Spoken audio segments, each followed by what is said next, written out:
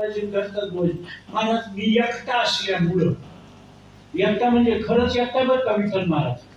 माय नाही, बाप नाही, बहीण नाही, भाऊ नाही, लग्न नाही, कोणी नाही, एकटाच आहे. आणि दसऱ्याच्या दिवशी सगळे माणसं शिवंगण खेळायला जाते. घरी आल्याबरोबर आई असो, बहीण असो, बायको असो, त्यांना ताट घेऊन ओवाळतेत महाराज. आता मला कोणीच नसल्यामुळे मलाही वाटू लागलं ओवाळून घ्या. मग सगळ्याची तर बघितलं. माझी मी घरातली पंचारती, त्याला 5 वाती लावल्या. आता माझी मी कसं ओवाळावं म्हणून कोणाला ठेवली ती आरती.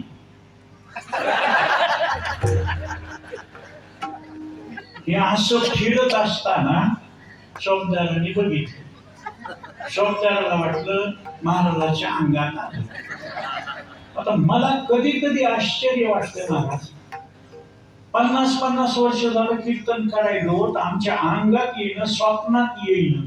ते बिचारे घसे ताणून घ्यायले ते यांना स्वप्नात येईन. आणि काही बाया संडासला डबा येत नाहीत. त्यांच्या अंगात कुठून बायाला काम नाही करा वाटलं की अंगात येते. नवरा भोळा असल्यावर बाईच्या अंगात येते, त्याला कळत नाही आणि हिला काम करू वाटत नाही. असं वाजलं कसं दमदुम दमदुम.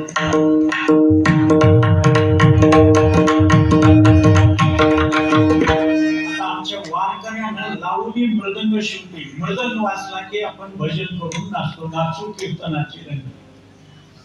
ते डीजे वाजल्यावर कोण नाचते? ते अभंगावर नाचते कोण? मग ते म्हणते अरे काय हे अभंग नको. मग ते कसं ते नागिन डान्स. तरुण पोर महाराज पेलेली असती, चक्की फुल पेलेले. आला ना पाऊस आता मध्ये येतात का नाही? बघावर पावसाचं नाव काढल्यावर कसा आला. ते नाचलं नागिन असं बोलत आहे. खरंच नाग निघाल्यावर नाचत का? चेटी पिवळी होईल ना. झालं थोडं राहिले थोडं. त्याच्यामुळं म्हणत असतो जवळ या जवळ या. माऊली पुढे सरका, पुढे सरका, सरका पुढे माणसांना जागा भिजू नका. तसं ती बाई केस मोकळे सोडते. नवऱ्याला कळालं की नवरा येतोय, पायाला कुंकू लावते, हात जोडते. माय तुझी माय आहे का? मुस्कान बाय होय ना म्हणून देव आम्हाला कसा येतो. रात्र न कळे दिवस न कळे अंगी खेळे दैव. रात्रंदिवस महाराज नामचिंतन करणारे. त्या दोघांना सांगितलं तुम्हाला देवीतून मधू सोडतो. एक जण शिर बघा, एक जण पाया बघा. पायाकडे महाविष्णू गेले, डोक्याकडे ब्रह्मदेव गेले. महिन्यानंतर गाठ पडली. महाविष्णूनं सांगितलं मी गुडघ्यापर्यंत सुद्धा जाऊ शकलो नाही. ब्रह्मदेवाला वाटलं मोठे पण मिळते म्हणून त्यांनी साक्षी पुराव्याला केवडा आणि गाय आणली. मी शिवांत बघितला असं सांगायचं आणि गायीनं केवड्यानं होकार द्यायचा.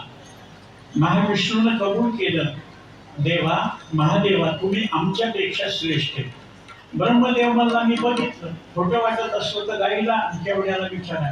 केवढ्याने मान हलवली. गायीनं बॅग करून सांगितलं भगवान शंकर म्हणजे ब्रह्मदेवा मोठेपण मिळवण्याकरता कोणती साक्ष दिलीस ना.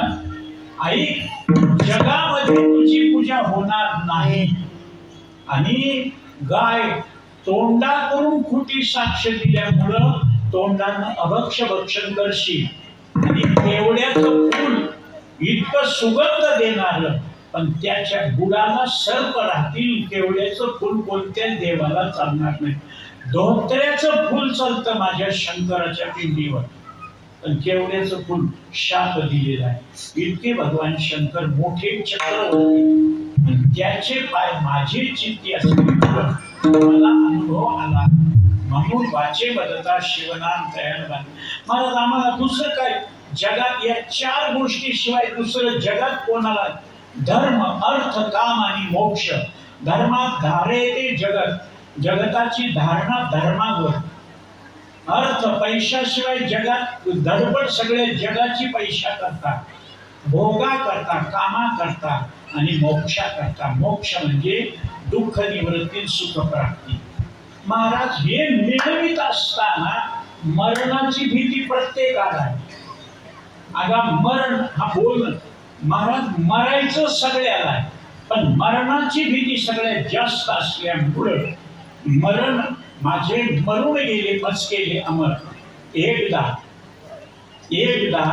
3 सेकंदच भजन करा 5 मिनिटांमध्ये पावसाच्या पाण्याची भीती आहे भिजून त्रास होईल म्हणून एकदा एक दृष्टांत सांगायचा पण पूर्वीच्या कृतयुगाच्या सुरुवातीला मृकंड नावाची ऋषी होती त्यांची पत्नी 12 वर्ष लग्न होऊन मूलबाळ नाही आणि नियमय शास्त्राचा अपुत्रार गती नसती निपुत्रिकाला गती नाही पूत नावाच्या नरकातून सोडवण्याचा अधिकार पुत्राला म्हणून पुत्र संतती व्हावी म्हणून त्यांनी शंकराची 13.5 कोटी ओम नमः शिवाय जप केला उपवासाने सोमवार केला प्रदोष केला शिवरात्र केली आणि शंकराचं पूजन केलं भगवान शंकर प्रसन्न झाले बोला काय पाहिजे काही नाही पुत्र संतती पाहिजे नुसतं पोरग पाहिजे का कसलं पाहिजे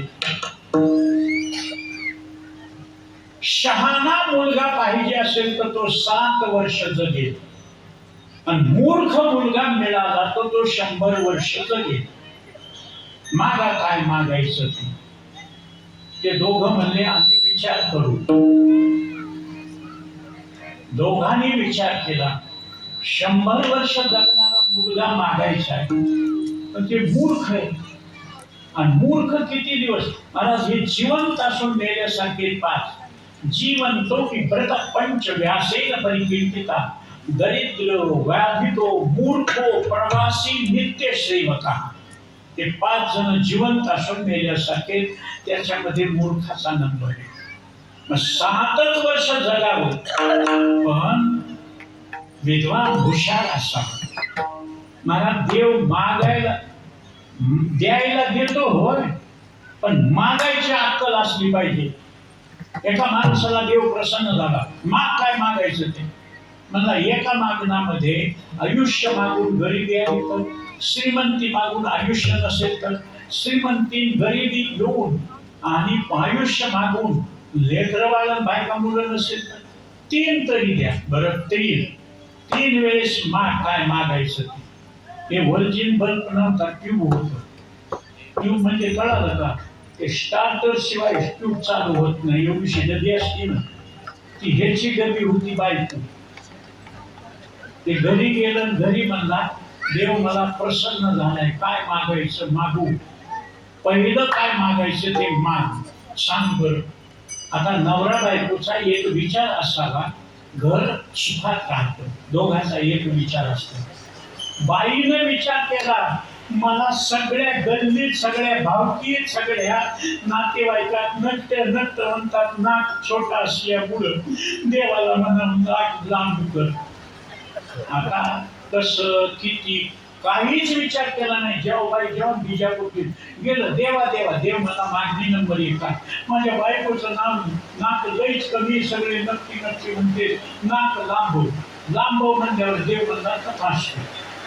जे नाक लांबलं हे घरी 2 मिनिटात घरी येईपर्यंत नाक रस्त्यावर कमी कर म्हणलं तर सगळं संपलं मग पहिलं होतं तितकं दे महाराज तसं 7 वर्षाचा मुलगा मागितला त्याला जन्मल्यापासून शिवलिंगाची पूजा भगवान शंकराचा जप सांगितला 7व्या वर्षी त्याला मरण येणार शंकराच्या मंदिरामध्ये उषाला शंकराची पिंड घेऊन पडला मरण यायची वेळ त्यांनी मंदिर काढालं मंदिर हलवायला सुरुवात केली.